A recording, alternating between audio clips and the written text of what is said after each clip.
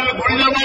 গতিকে মই সকলোকে ধন্যবাদ জনাই আজি আপোনালোকক আমি অশেষ কষ্ট দিছো। প্ৰখৰ ৰ'দ তাৰ গতিকে এই বতৰত বাজি পেলাই আপোনালোকে আহি পেলাই ইয়াত উপস্থিত হোৱাৰ কাৰণে সকলোকে মই শ্ৰদ্ধা জনাই ভক্তি জনাই মোৰ ভাষণ সামৰিলো। জয় অসম, ভাৰত মাতা কি জয়। ৰঞ্জিত দত্ত ডাঙৰীয়াক ধন্যবাদ জনাইছো। আৰু এতিয়া আমি ভাষণ প্ৰদান ৰাখিবৰ কাৰণে নিমন্ত্ৰণ জনাইছো, অনুৰোধ জনাইছো ভাৰতীয় জনতা পাৰ্টী প্ৰধান পৰিষদৰ পক্ষপিতা প্ৰাৰ্থী গুজৰাটৰ মুখ্যমন্ত্ৰী মাননীয় নৰেন্দ্ৰ মোদী ডাঙৰীয়াক। ভাৰত মাতা কি, ভাৰত মাতা কি।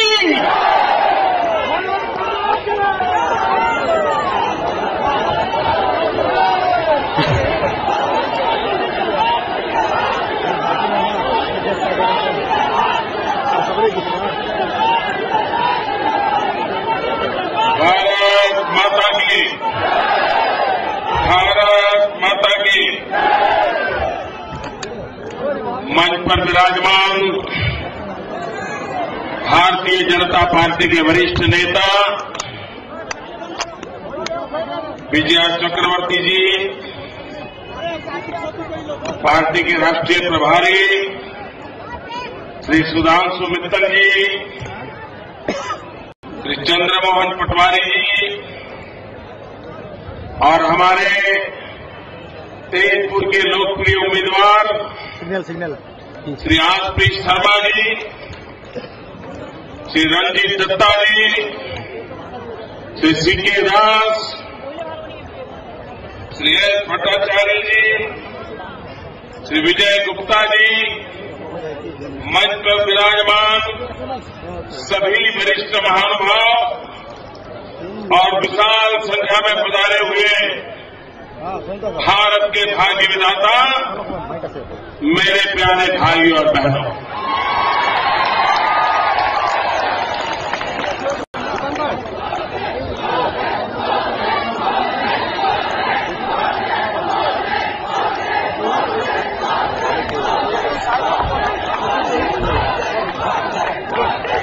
ये मेरा सौभाग्य है कि आज नवरात्रि का प्रारंभ हो रहा है और मैं माता कामाख्या के इस प्रदेश में आज आने का मुझे अवसर मिला है।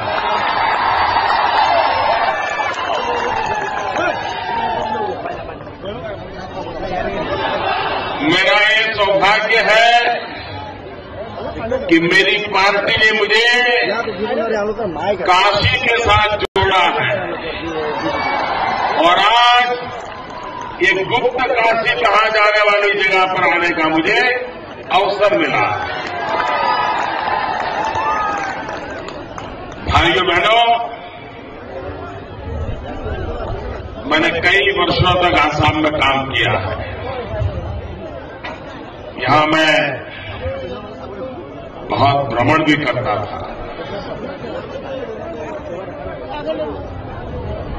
संगठन का काम करता था, व्यवस्थाएं देखता था। कई चुनाव लड़ाने का भी अवसर मिला था, लेकिन मैंने कभी ऐसा जन सैलाब नहीं देखा।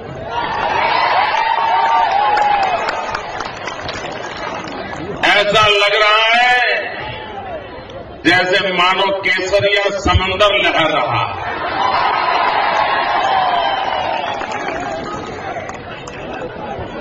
भाइयों बहनों, जो पॉलिटिकल पंडित आजकल देश में सर्वे कर रहे हैं, डिबेट कर रहे हैं, आर्टिकल लिख रहे हैं और वो लिखते हैं इसका 3.5 बढ़ा, उसका 2 पॉइंट गिरा, उसका 1.5 पॉइंट इधर गया, उसका 1 पॉइंट इधर, ऐसा सब हो रहा है। ये जो लोग 1%, 2%, 3% में उलझे हुए हैं, मैं उनसे आग्रह करता हूं जरा यहां का नजारा देख लीजिए, आपको पता चल जाएगा। यहां का नजारा देख लीजिए, आपके सारे हिसाब किताब धरे के धरे रह जाएंगे। मुझे एक बार किसी ने पूछा था कि मोदी जी आपको चुनाव का क्या लगता है, तो वो हिसाब लगाते थे कि पहले आपकी इतनी थी, बढ़कर के इतनी हो सकती है, उस राज्य में इतनी थी, उसमें बढ़कर के इतनी, ऐसा सारा हिसाब लगाते थे। मैंने कहा भाई ये सारी बातें आपकी तब सच होती हैं जब आप चुनाव के अरिथमेटिक का हिसाब किताब करते हो। लेकिन ये चुनाव 2014 का लोकसभा का चुनाव, इसका अरिथमेटिक से लेना देना नहीं है, ये तो देश की केमिस्ट्री बन गया है, केमिस्ट्री बन गया है।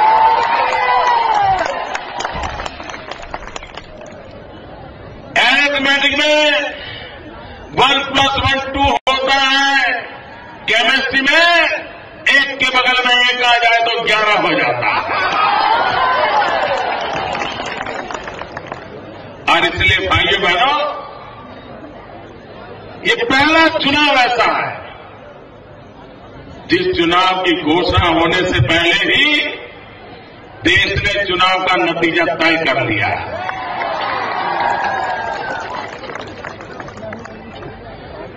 भाइयों बहनों, मैंने पूरे देश में भ्रमण किया है और पूरा देश का भ्रमण करने के बाद, जनता जनार्दन से मिलने के बाद, जनता जनार्दन से संवाद करने के बाद,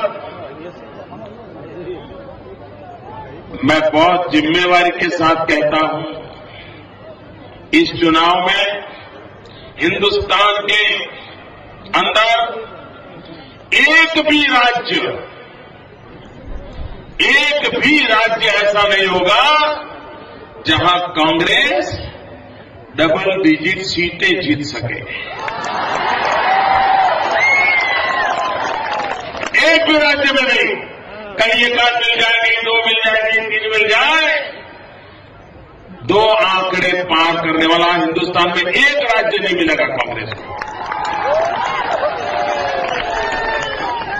कांग्रेस ने अपने जीवन में ऐसा घोर पराजय कभी देखा नहीं है।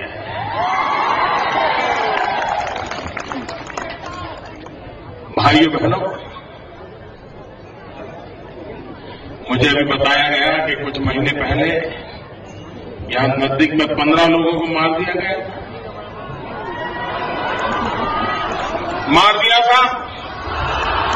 आपके मुख्यमंत्री हुआ है क्या वहां? गए क्या वहां? कांग्रेस का कोई नेता गया क्या? कोई मंत्री गया क्या? बताइए। इनको मैडम सोनिया जी को मिलने के लिए दिल्ली 10 चक्कर काटने का समय है, लेकिन मैं पीजीआई जी का अभिनंदन करता हूं कि एक महिला और इस उम्र में भी उन्होंने वहां जाकर के उनके आंसू पहुंचने का प्रयास किया।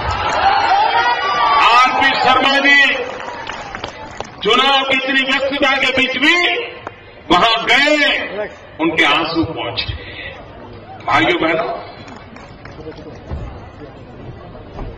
इनके लिए इंसान का मरना जीना कोई मतलब ही नहीं रखता है। उनको तो बस एक ही काम है, उनकी कुर्सी सलामत रहे, लोग सलामत रहे या न रहे। थोड़े दिन पहले शहजादे यहां आए थे,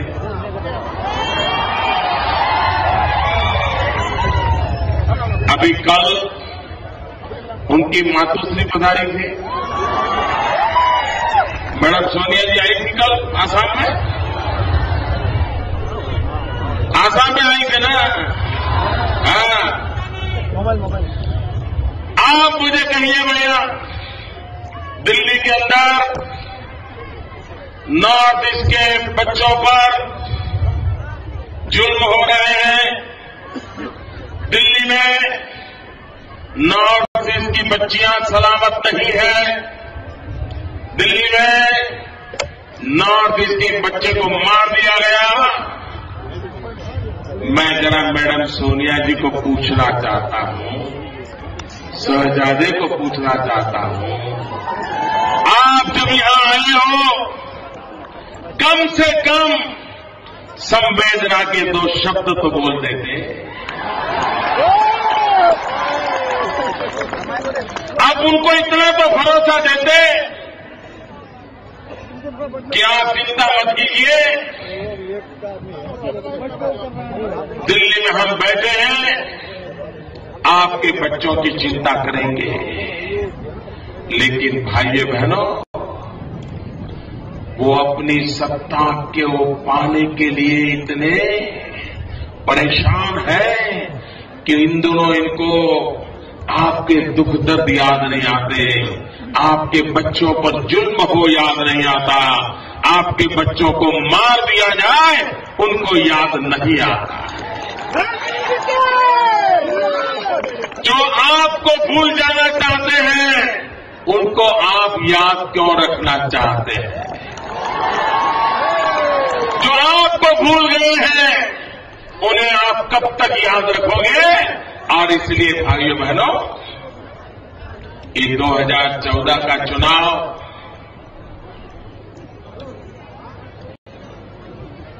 दिल्ली में किसकी सरकार बने किसकी न बने, कौन जीते कौन हारे,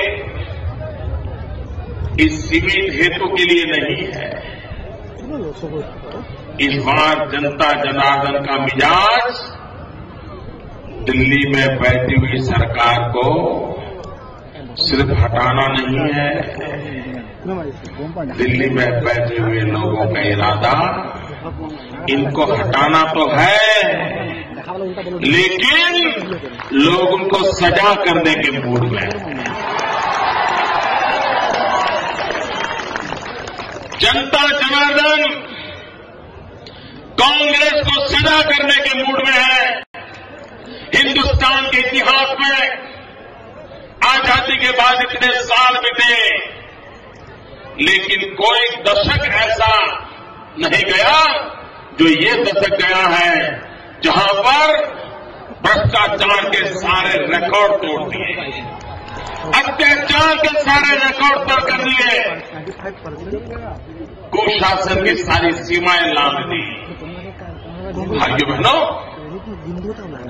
मैं आपसे पूछना चाहता हूं, जवाब देंगे? सबको देंगे? ये बहनें भी देंगी? आप मुझे बताइए, आपके माता पिता दादा दादी जैसी जिंदगी गुजारते थे, जिन मुसीबतों में जीते थे, जिन कठिनाइयों में जीते थे, क्या आप भी वैसे ही जिंदगी जीना चाहते हो? आप भी वैसी ही जिंदगी जीना चाहते हो? क्या आप अपने बच्चों को वैसा ही आसाम देना चाहते हो?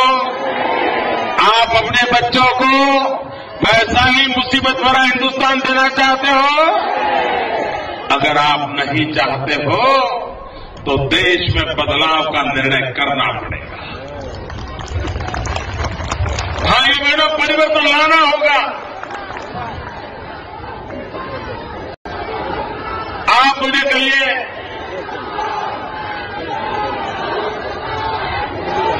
भाइयों बहनों, मैं हिंदुस्तान के उस छोर पर रहता हूं। हमारे यहां रेगिस्तान है, उधर पाकिस्तान है। हमारे यहां वर्षा बहुत कम होती है, लेकिन भाइयों बहनों, आसाम में इतनी वर्षा होती हो, इतनी नदियां हो, पानी परमात्मा के प्रसाद के रूप में लगातार मिलता हो, लेकिन उस आसाम में किसान को अपने खेत में पानी न मिले, लोगों को यहां पीने का पानी न मिले, तो मेरे भाइयों बहनों, ऐसी कैसी सरकार है जो पानी रहते हुए लोगों को पानी नहीं पहुंचा सकती है? जिस सरकार में पानी नहीं है, उस सरकार को अब झेलने की जरूरत भी नहीं है। भाइयों बहनों, कल मैडम सोनिया जी आसाम में उन्होंने भाषण किया। उन्होंने कहा कि हम झूठे वादे नहीं करते हैं, हम बड़ी बड़ी बातें नहीं करते हैं, हम वो ही कहते हैं जो करते हैं। उन्होंने ये भी कहा कि 2009 में हमने जो कहा था चुनावी घोषणा पत्र में, वो सब हमने पूरा कर दिया है। भाइयों बहनों, मैं आपको पूछता हूं कि मैडम सोनिया जी की बात में आपको भरोसा है? उन्होंने जो कहा उस पर आप विश्वास करते हैं? क्या उन्होंने सच बोला है? क्या उन्होंने 2009 में जो कहा था वो किया है? उन्होंने जो वादे किए थे निभाए हैं? अरे मैडम सोनिया जी, आप ये हिंदुस्तान के लोगों को क्या समझती हो? क्या देश के नागरिकों को आप समझती क्या हो? मैं जरा मैडम सोनिया जी से पूछना चाहता हूं, आप कहती हैं कि आपने जो वादे किए थे वो पूरे किए हैं। भाइयों बहनों, 2009 में कांग्रेस पार्टी ने कहा था कि 100 दिन में महंगाई कम करेंगे, 100 दिन में महंगाई कम करने का वादा किया था। सबके सब पूरी ताकत से बोलो, मैडम को सुनाई दे। 100 दिन में महंगाई कम करने का वादा किया था, 100 दिन में महंगाई कम करने का वादा किया था। महंगाई कम हुई, महंगाई गई, महंगाई बढ़ी। आप मुझे बताइए, क्या ये उन्होंने वादा निभाया क्या? भाइयों बहनों, फिर से इस बार उन्होंने घोषणा पत्र में लिखा है कि हम आएंगे तो महंगाई दूर करेंगे। तो क्या मुहूर्त निकालना पड़ता है क्या महंगाई दूर करने का?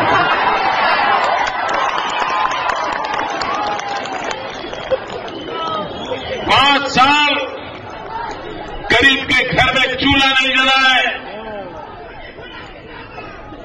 बच्चे भूखे सोए,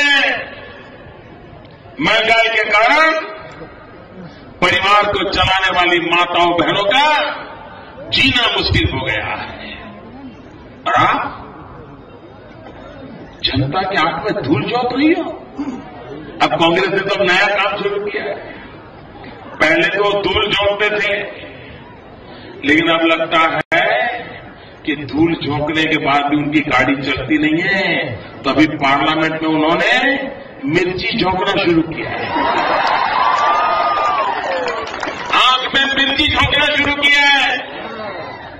भाइयों बहनों, कांग्रेस पार्टी की अध्यक्षा मैडम सोनिया जी यहां जो बातें बोल करके गई है वो पीड़ादायक है। चुनाव के अंदर जो सरकार में बैठे हैं उनकी जिम्मेवारी बनती है कि वो अपने काम का हिसाब दें। 10 साल में आपने क्या काम किया, कैसे किया, किसके लिए किया, कब किया, क्यों किया, कैसे कैसे किया, दिन में किया कि रात में किया, देश में रखा कि विदेश में रखा, हिसाब दो। भाइयों बहनों, ये हिसाब देने के लिए तैयार नहीं है। एक कांग्रेस पार्टी का अहंकार 7वें आसमान पर पहुंचा हुआ है। वो जनता को जवाब देने के लिए तैयार नहीं है। भाइयों बहनों, उन्होंने वादा किया था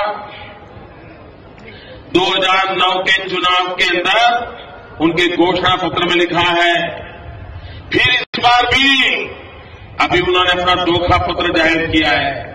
वो धोखा पत्र में फिर से लिखा है कि उनको अगर 5 साल सेवा करने का मौका मिलेगा, 10 करोड़ नौजवानों को रोजगार मिलेगा। उन्होंने कहा था 2004 में भी यही वादा किया था, 2009 में कहा था हर परिवार से एक नौजवान को रोजगार देंगे। मुझे जरा बताइए भाइयों, यहां कोई है जिसको दिल्ली सरकार ने रोजगार दिया हो? कोई है जिसको दिल्ली सरकार ने रोजगार दिया हो? कोई है भाई जिसको दिल्ली सरकार ने रोजगार दिया हो? और उसके बाद भी फिर एक नया धोखा पत्र, और फिर वादा कर रहे हैं कि अगर उनको सरकार बनाने का मौका मिलेगा तो 10 करोड़ लोगों को रोजगार देंगे। मैडम सोनिया जी, ये अटल बिहारी वाजपेयी थे जिनकी एनडीए की सरकार सिर्फ 6 साल चली थी, लेकिन 6 साल में इस देश में 6.5 करोड़ नौजवानों को रोजगार देने का काम वाजपेयी जी ने किया। आप 10 साल से बैठे हो और 10 साल में आप मुश्किल से 1.25 करोड़ लोगों को रोजगार दे पाई हो। मैडम सोनिया जी, ये लोगों की आंख में मिर्ची झोंकना बंद कर दीजिए। भाइयों बहनों, कल मैडम ने भाषण में कहा कि कुछ लोग आजकल देशभक्ति के ढोल पीट रहे हैं, देशभक्ति के ढोल पीट रहे हैं। उन्होंने कहा देशभक्ति सीखनी है तो कांग्रेस से सीखो। उन्होंने ये भी कहा कि देशभक्ति इस देश के गरीबों से सीखो। मैडम सोनिया जी, क्या इस देश के 125 करोड़ नागरिकों को देशभक्ति के लिए सर्टिफिकेट आपसे लेना पड़ेगा? क्या इस देश के 125 करोड़ नागरिक, उनकी देशभक्ति की अग्नि परीक्षा आप करोगी? मैडम सोनिया जी, क्या हमें अब देशभक्ति का ट्यूशन लेने के लिए आपके पास आना पड़ेगा क्या? आप हमें देशभक्ति सिखाओगी? भाइयों बहनों, ये 125 करोड़ देशवासियों का अपमान है जो ये कहे, जो हमारी देशभक्ति पर सवाल या निशान लगाए। और मैडम सोनिया जी, आपने ऐसे विषय को छेड़ दिया है तो आप भी सुनने की तैयारी रखो। सारे कांग्रेस के लोग, मैं मानता हूं आप बौखला जाओगे, आपकी नींद उड़ जाएगी। हमारी देशभक्ति को ललकार रहे हो, 125 करोड़ देशवासियों के देशभक्ति के सर्टिफिकेट बांट रहे हो। मैडम सोनिया जी, आप मुझे बताइए, और आपने मेरी मुंह में उंगली डाली है तो सुनना पड़ेगा और देश की जनता को जवाब देना पड़ेगा। मैडम सोनिया जी, मैं आपसे पूछना चाहता हूं, केरल के अंदर हमारे 2 मछुआरे, उनको इटली के सैनिकों ने मार दिया। निर्दोष मछुआरे जो समुद्र के अंदर मछली पकड़ रहे थे, और इटली के 2 सैनिकों ने उनको मार दिया। भाइयों बहनों, आप मुझे बताइए, ये हमारे मछुआरों को मारने वाले जेल में जाने चाहिए कि नहीं जाने चाहिए? वो जेल में होने चाहिए कि नहीं होने चाहिए? ये हमारी देशभक्ति की कसौटी है कि नहीं है?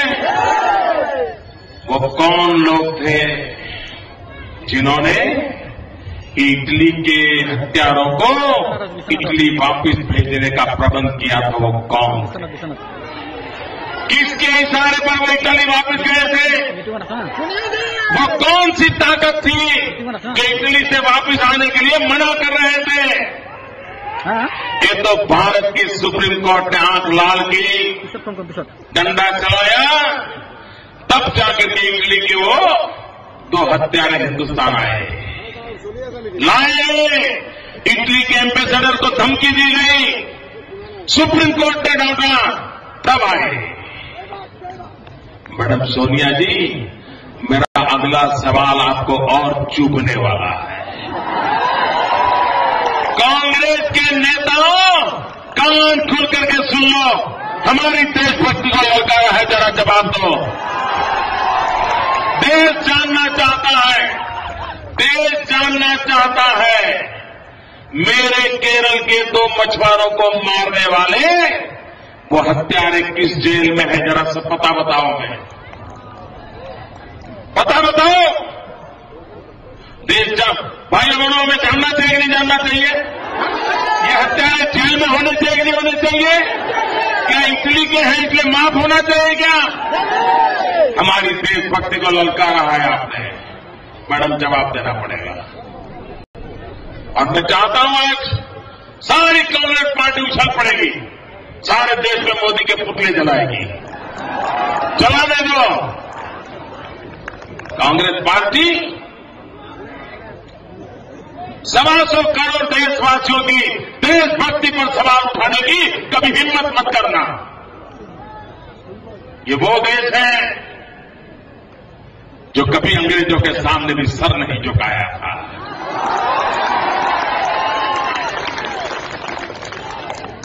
भाइयों बहनों, 2014 का चुनाव पहली बार ये चुनाव ऐसा है, सामान्य रूप से क्या होता है, जब चुनाव होता है तो जो सत्ता दल होता है उसको हटाने के लिए सारे दल इकट्ठे आते हैं और तय करते हैं कि इसको हटाओ। सब पार्टियां मिलती है, योजना बनाती है, रणनीति तय करती है और उनको हटाने की योजना बनती है। ये पहला चुनाव ऐसा है, पहला चुनाव कि जिसमें ये सब पार्टियां मिलकर के योजना बना रही है। कुछ भी हो, मोदी नहीं आना चाहिए। कुछ भी हो जाए, मोदी नहीं आना चाहिए। मैं जरा कांग्रेस वालों से पूछना चाहता हूं, इतना डर किस बात का है? काम क्यों रहे हो जी? ये पसीने क्यों छूट रहे हैं? ऐसी क्या मुसीबत आ रही है? भाइयों बहनों, ये कांग्रेस वाले इसलिए परेशान हैं कि उनको पता है 16 मई के बाद उनकी जगह कहां है, इसलिए परेशान है।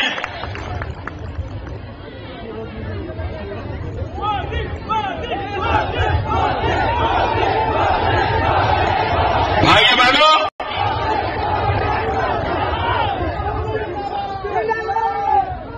इस देश का नौजवान रोजगार के लिए तरस रहा है। दिल्ली सरकार के पास नौजवान को रोजगार देने की योजना नहीं है। 70 करोड़ जनसंख्या इस देश में नौजवान है। अगर उनको रोजगार देने का प्रबंध नहीं हुआ तो देश का भविष्य कैसा होगा, इसका आप अंदाज कर सकते हो। परिवार के परिवार तबाह हो जाएंगे। और इसलिए हिंदुस्तान में सरकार का पहला दायित्व बनता है कि नौजवान को रोजगार मिले, काम करने का अवसर मिले, स्किल डेवलपमेंट के लिए योजनाएं बने, उसके पास बुझाएं हैं, बाहुबल है, दम है, उसके हाथ में हुनर चाहिए। अगर हुनर मिल गया तो वो पत्थर पे लात मार करके भी सोना पैदा करने की ताकत रखता है, उसे मौका मिलना चाहिए। और इसलिए भाइयों बहनों, नौजवान को रोजगार मिले। आजादी के 75 वर्ष होने वाले हैं भाइयों। 7 साल के बाद हमारे देश की आजादी के 75 साल होंगे। हमारे देश में 75 साल का एक विशेष महत्व होता है, अमृत पर्व माना जाता है। भारत की आजादी का अमृत पर्व आने वाला है। जरा याद करिए, ये भगत सिंह, सुखदेव, राजगुरु, सैकड़ों वीर आजादी के लिए फांसी के तख्त पर क्यों चढ़े थे? महात्मा गांधी, सरदार पटेल, इन महापुरुषों ने अपनी जवानी जेलों में क्यों गंवाई थी? 40-40, 50-50 साल तक लगातार पीढ़ियां की पीढ़ियां आजादी की लड़ती रही। भाइयों बहनों, इन आजादी के दीवानों को, उन आजादी के लिए जो शहीद हुए उनको, आजादी के लिए अंडमान निकोबार की जेलों में जिंदगी गुजारे उनको, जिन जिन लोगों ने कष्ट झेला, उन सबको याद करके हमें संकल्प करना होगा। देश जब आजादी के 75 वर्ष मनाए, तब कैसा हिंदुस्तान हम उनके चरणों में अर्पित करेंगे। एक सपना होना चाहिए। भाइयों बहनों, मेरा सपना है दिल्ली में आप भाजपा की सरकार बनाइए, और जब देश आजादी का अमृत पर्व मनाएगा, तब हिंदुस्तान के गरीब से गरीब को भी हम रहने का मकान देंगे। इस देश में कोई ऐसा नहीं होगा जिसके पास रहने के लिए घर न हो, ऊपर छत न हो, और घर भी ऐसा जिसमें नल भी हो और नल में पानी भी हो,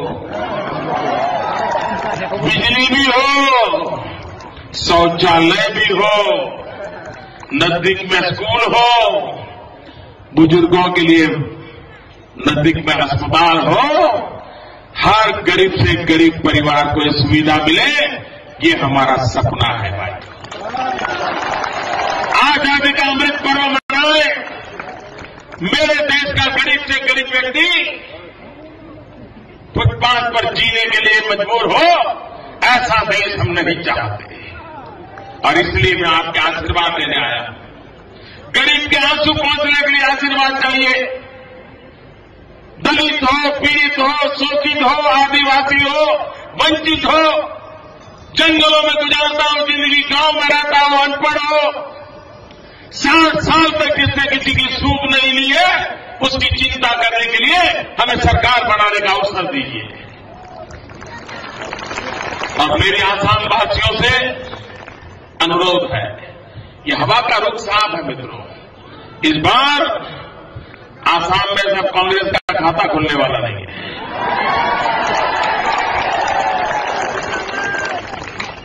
इतना ही नहीं, यहां के लोगों के साथ जो मूलभूत सवाल है, मैं तो हैरान, हिंदुस्तान के नागरिकों को ये वोट का अधिकार नहीं देते, बांग्लादेशियों को देते हैं।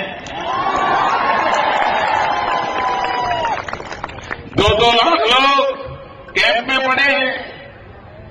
भाइयों बहनों, हमारा सपना है उनको अधिकार देने का। जिनके अधिकार छीन लिए गए, उनको अधिकार देने का हमारा कर्तव्य है भाइयों। और भाइयों बहनों, बांग्लादेश से जो हिंदू आया है वो शरणार्थी है, वो मजबूरन आया है। हमारी राजनीतिक गलतियों के कारण 19,000 काटे से वो मुसीबतें झेल रहा है। और इसलिए हमारा ही दायित्व बनता है उसको सुरक्षा देना, सम्मान देना। और भारत के अंदर, और इसका मतलब ये नहीं कि सारा बोझ आसाम वालों ने उठाना चाहिए। ये बोझ अकेले आसाम ने नहीं उठाना चाहिए, ये बोझ पूरे हिंदुस्तान ने उठाना चाहिए, गुजरात ने भी उठाना चाहिए, महाराष्ट्र ने भी उठाना चाहिए, केरल, तमिलनाडु, दिल्ली, हरियाणा ने सबने उठाना चाहिए। लेकिन अपनों को हम बाहर नहीं निकाल सकते, वो जाएंगे कहां? और भाइयों बहनों, ये वोट बैंक की राजनीति ने ही ये आसाम को बर्बाद करके रखा है। और इसलिए मैं कहने आया हूं भाई को, आसाम को हमें बचाना होगा, आसाम को बर्बाद नहीं होने देना है। हमारे चाय बागान के भाइयों बहनों क्या हालत करके रखी है?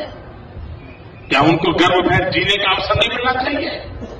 कि दिल्ली में बैठे हुए लोग, ये सरकार चलाने वाले आसाम में बैठे हुए लोग, उनको इन गरीबों की परवाह नहीं, उनकी स्थितियां बदलने का हमारा फैसला है। भाइयों बहनों, सुप्रीम कोर्ट ने कहा है नेशनल रजिस्ट्रेशन बनवाने के लिए, क्यों अटका पड़ा है, क्यों रोक के रखा है? इन कामों को पूरा करने का मैं आपको वादा करता हूं भाइयों बहनों, आपके सारे हकों की रक्षा करने का मैं वादा करता हूं। भाइयों बहनों, भारतीय जनता पार्टी के कमल निशान को जिताइए, मुझे आसाम से सारे के सारे कमल भेज दीजिए। भाइयों बहनों, मैं आपको विकास की गारंटी देता हूं। भारत माता की, भारत माता की, भारत माता की।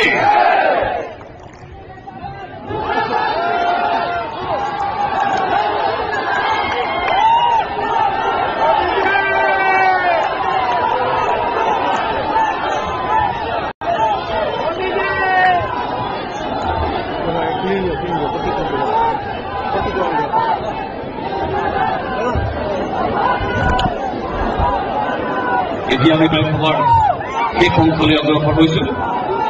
শলাগৰ পৰাই আনুষ্ঠানিকতা ৰক্ষা কৰিবলৈ আগবাঢ়িছো। প্ৰথমে মই আজিৰ আমাৰ সকলোৱে উৎসাহৰ স্থলী নৰেন্দ্ৰ মোদী ডাঙৰীয়াক তেখেতৰ উপস্থিতিৰ বাবে ধন্যবাদ যাচিছো। মঞ্চত উপবিষ্ট প্ৰত্যেকজন ৰাষ্ট্ৰীয় তথা ৰাজ্যিক নেতৃবৃন্দক আমি আমাৰ তৰফৰ পৰা আন্তৰিক শুভেচ্ছা, কৃতজ্ঞতা শলাগৰ পৰাই আগবঢ়াইছো। বিশেষভাৱে আজি আমাক সংবাদ মাধ্যমৰ লগত জড়িত যিসকল বন্ধুৱে যথেষ্ট সহায় হাত আগবঢ়ালে, তেখেতসকলকে আমি ভাৰতীয় জনতা পাৰ্টিৰ হৈ আন্তৰিক শুভেচ্ছা, কৃতজ্ঞতা আৰু শলাগৰ পৰাই আগবঢ়াইছো। জিলা প্ৰশাসন আৰু আজি এই গোটেই ব্যৱস্থাৰ লগত জড়িত প্ৰত্যেকটো বিভাগকে আমি আমাৰ তৰফৰ পৰা শলাগৰ পৰাই আগবঢ়াইছো। আৰু পদক্ষেপত আজিৰ এই জনসভাত বিপুল সংখ্যক উপস্থিতিৰে আজিৰ এই সভাখনক সাফল্যমণ্ডিত কৰি তোলা সমগ্ৰ জনগণক নতশিৰে তেখেতসকলৰ প্ৰতি কৃতজ্ঞতা প্ৰকাশ কৰি আজিৰ আমাৰ সভা ইয়াতে সমাপ্তি ঘোষণা কৰিছো। ধন্যবাদ।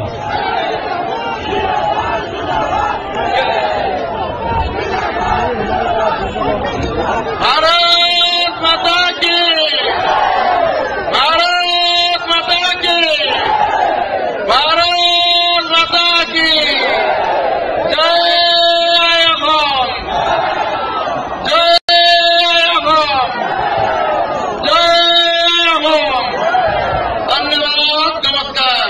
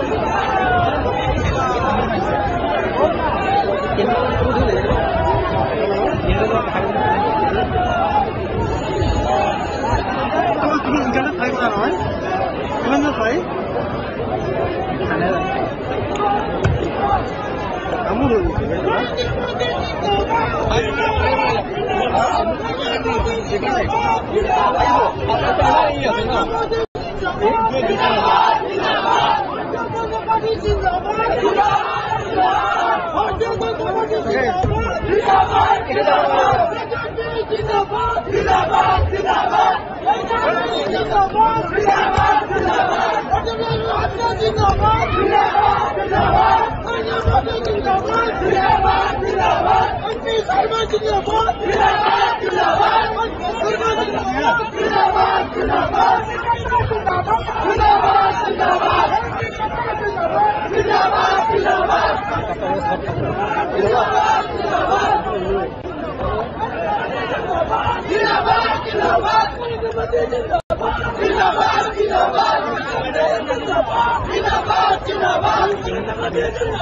जिंदाबाद